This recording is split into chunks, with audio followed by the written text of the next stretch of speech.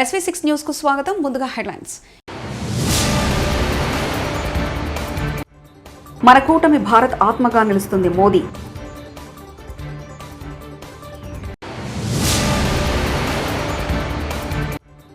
ఏ దేశానికి భారత్ తలొగ్గదు పవన్.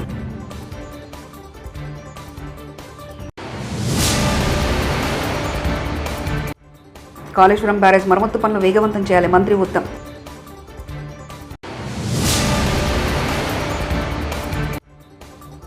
కొడాలి నాని ఇంటిపై రాళ్లు గుడ్లు విసిరిన తెలుగు యువత నాయకులు. ఎన్డీఏ పక్ష నేతగా ఎన్నిక కావడం సంతోషంగా ఉందని ప్రధాని మోదీ అన్నారు. రాత్రింబవాళ్లు కష్టానికి ఫలితమే ఈ విజయమన్నారు. మనది అత్యంత విజయవంతమైన కూటమి. ఎన్డీఏ కూటమి భారత్ ఆత్మగా నిలుస్తుంది. మన కూటమి భారత్ అసలైన స్ఫూర్తిని చాటుతుంది. 30 ఏళ్లుగా కూటమి ఉండడం సామాన్య విషయం కాదు. దేశాన్ని మరింత ముందుకు తీసుకెళ్తామని హామీ ఇస్తున్నామని మోదీ తెలిపారు. वैसा ये समूह है और 30 साल का लंबा कालखंड शुरू में शायद असेंबल हुआ होगा, लेकिन आज मैं कह सकता हूं कि भारत के राजनीतिक व्यवस्था में एक ऑर्गेनिक अलायंस है.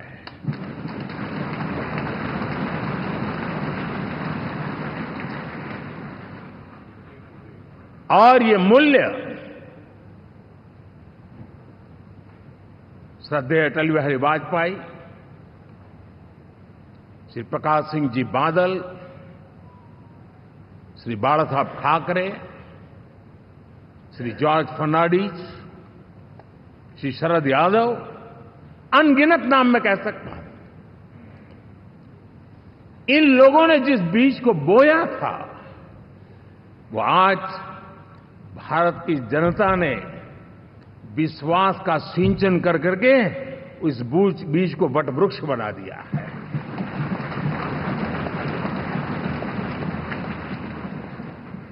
और हम सबके पास ऐसे महान नेताओं की विरासत है और हमें इसका गर्व है. बीते 10 वर्षों में हमने एनडीए की उसी विरासत, उसी मूल्यों को लेकर के निरंतर आगे बढ़ने का और देश को आगे बढ़ाने का. ప్రధాని మోదీ నాయకత్వానికి జనసేన పార్టీ మద్దతిస్తుందని ఆ పార్టీ అధినేత పవన్ కళ్యాణ్ అన్నారు. జనసేన తరఫున మోదీకి హృదయపూర్వక శుభాకాంక్షలు. కాశ్మీర్ నుంచి కన్యాకుమారి వరకు ఆయన స్ఫూర్తిగా నిలిచారు.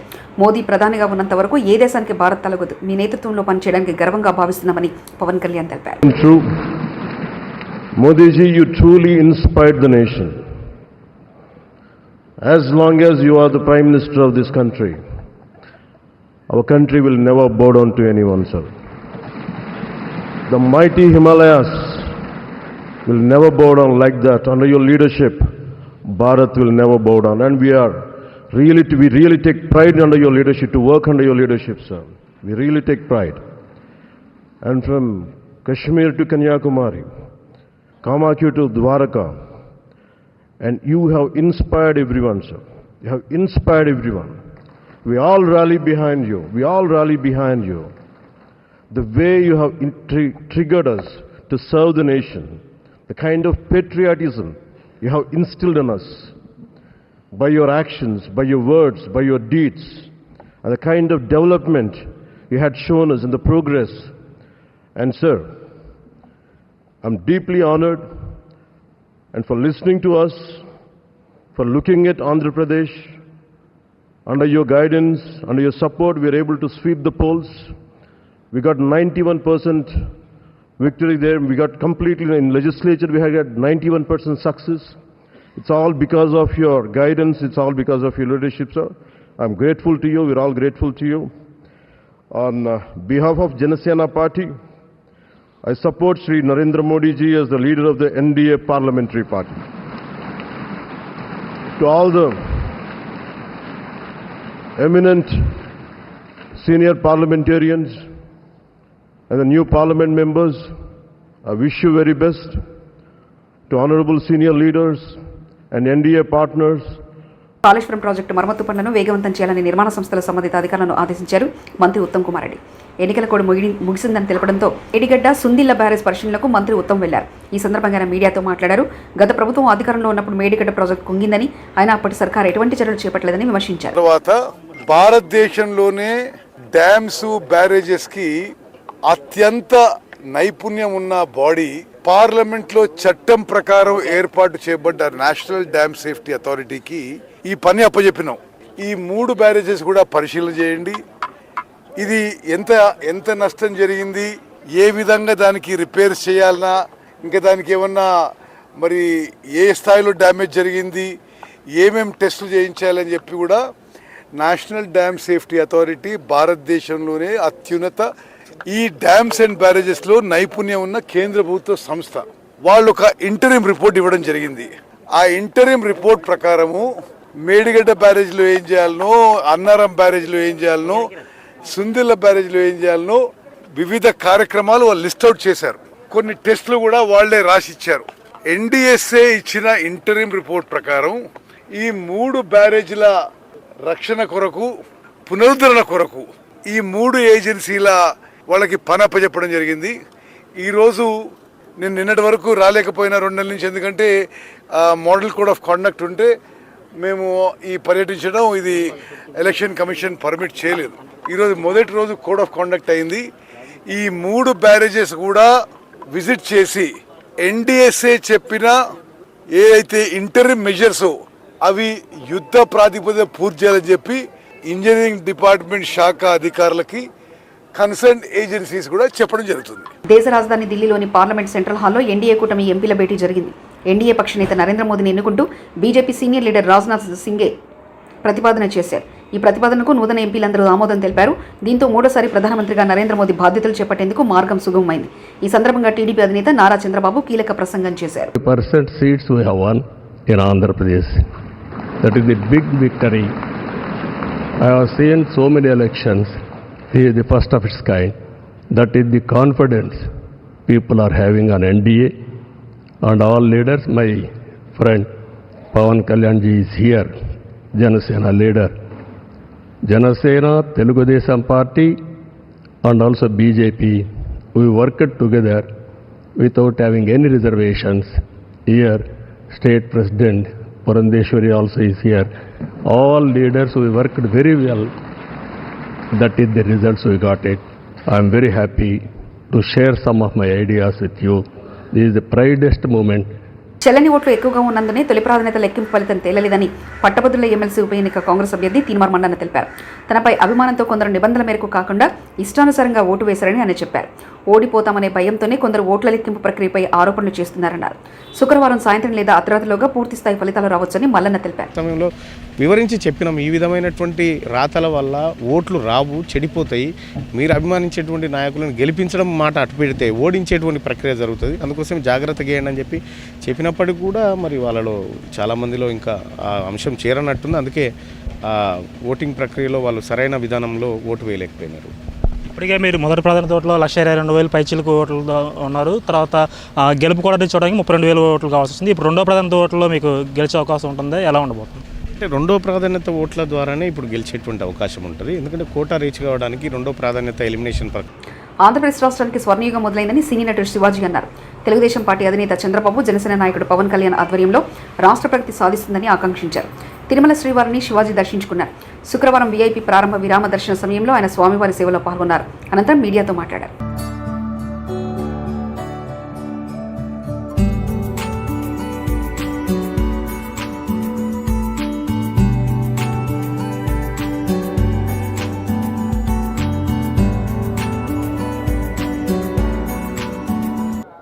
బాగుంది, అంతా బాగుంది. వేస్ట్ మాటలు, వేస్ట్ ముచ్చట్లు చేయొద్దు. ఆంధ్రప్రదేశ్, అమరావతి, పోలవరం ఈ 2 స్వామి లక్ష్యాలు. స్వామి దగ్గర మాట ఇచ్చిన వాళ్ళకి ఎటువంటి పాఠాలు నేర్పించాడో మీరు అందరు చూశారు. సో ఆంధ్రప్రదేశ్ బాగుండాలి, బాగుంటుంది. చంద్రబాబు నాయుడు గారి ఆధ్వర్యంలో, పవన్ కళ్యాణ్ గారు, అలాగే బీజేపీ ఈ కూటమి ఆధ్వర్యంలో ఆంధ్రప్రదేశ్ అద్భుతమైన ప్రగతి సాధిస్తుంది. అనుమానమే లేదు, ఎవరు తిట్టుకోవాల్సిన అవసరం లేదు. ఇప్పటికైనా అర్థం చేసుకోండి, మీరు ఆ రోజు తిట్టినా కొట్టినా తిరిగి ఈరోజు కర్మ మళ్ళీ మీ చుట్టూ తిరిగి మిమ్మల్ని తిడుతున్నారు, మిమ్మల్ని కొడుతున్నారు. అవసరమా?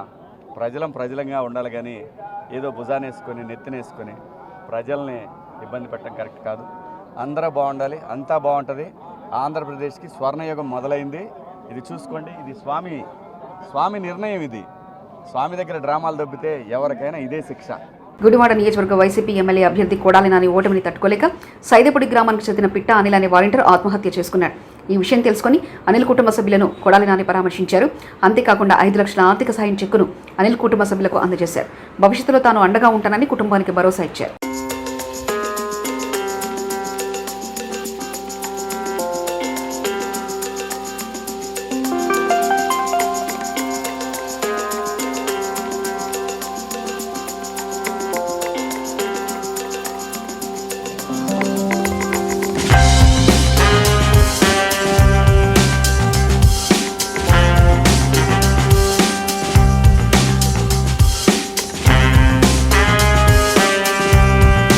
కృష్ణా జిల్లా గుడివాడ మాజీ మంత్రి కొడాలి నాని ఇంటి వద్ద ఉద్రిక్తత.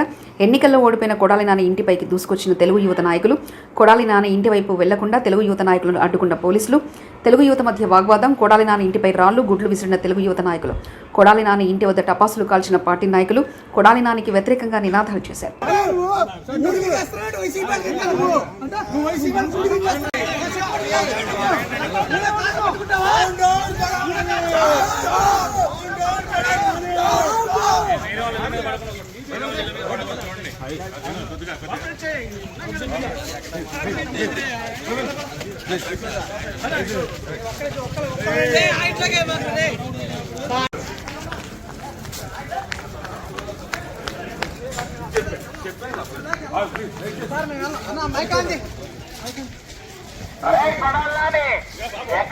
రారా బయటికి ఎప్పుడు చేస్తున్నారో రాజకీయ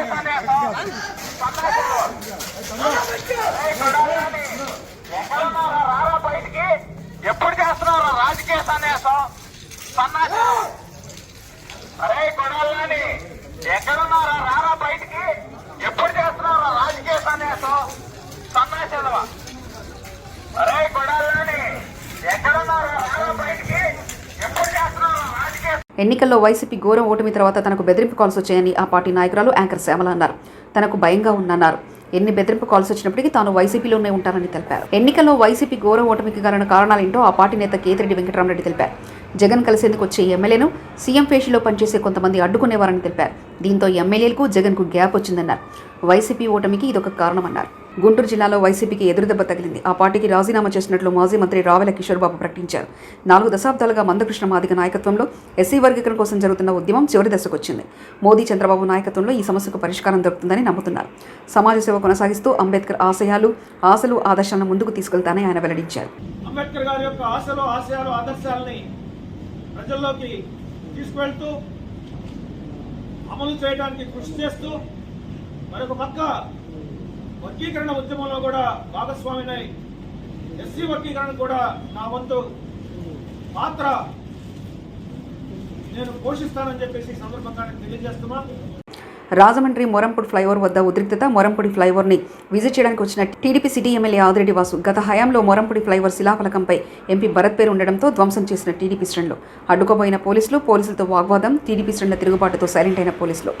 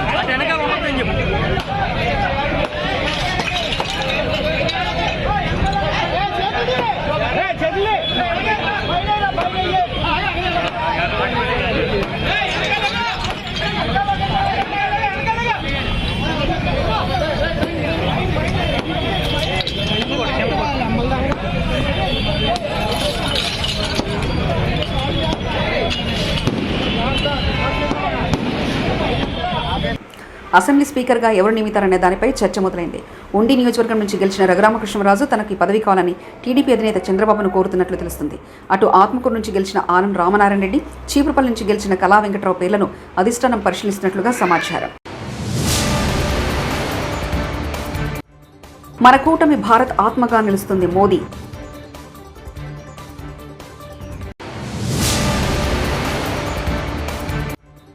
ఏ దేశానికి భారత్ తలొగ్గదు పవన్.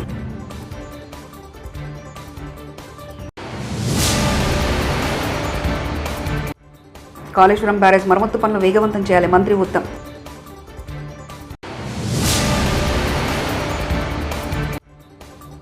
కొడాలి నాని ఇంటిపై రాళ్లు గుడ్లు విసిరిన తెలుగు యువత నాయకులు. ఇవి బులెటిన్ విశేషాలు. చూస్తూనే ఉండండి SV6 న్యూస్.